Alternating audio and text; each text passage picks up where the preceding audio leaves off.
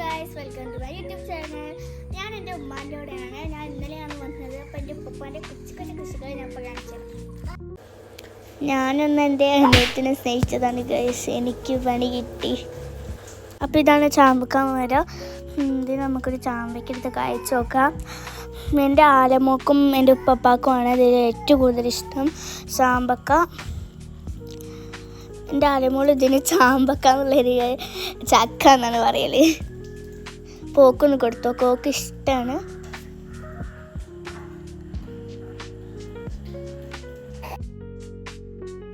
ഞങ്ങൾ വായൻ്റെ ഇടയിലൂടെ നടക്കുകയാണ്. അപ്പോൾ ഇതൊക്കെയാണ് ഞങ്ങളുടെ വായകൾ. ഒരു വായ ഇതാ കുഴച്ചിട്ട് പഴം ഉണ്ടായിട്ടുണ്ട്. ഇതാണ് ഞങ്ങളുടെ ചീരാമുളക് ചെടി. അപ്പോൾ ഇതാണ് ഞങ്ങളുടെ കോഴിക്കൂട്.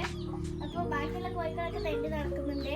അപ്പോൾ ഇതിൽ ഇപ്പോൾ പിന്നെ കോഴിക്കുട്ടികളാണ്. ഇത് വല്ലാണ്ട് തുറന്നാൽ എൻ്റെ ഉമ്മാൻ്റെയൊക്കെ കേൾക്കും.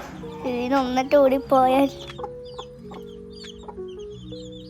ബാക്കിയുള്ളവരൊക്കെ തെണ്ടിപ്പോയിക്കണം ഗൈസ്. അപ്പോൾ ഇതാണ് ഞങ്ങളുടെ പേരക്ക മരം. നമുക്ക് ഒരു പേരക്ക ടേസ്റ്റ് ചെയ്ത് നോക്കാം.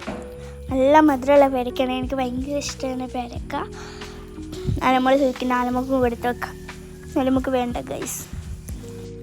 അപ്പോൾ ഇതാണ് നമ്മളെ സീതപ്പഴം. ഇതാ എല്ലായിടത്തും കായ്ച്ചു തുടങ്ങിയിട്ടുണ്ട്. എനിക്കിഷ്ടപ്പെട്ട ഫ്രൂട്ടാണ് സീതപ്പഴം.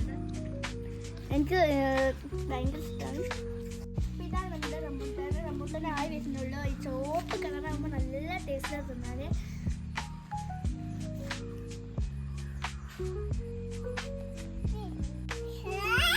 ഇത് അനാറിൻ്റെ പൂവാണ് കേട്ടോ.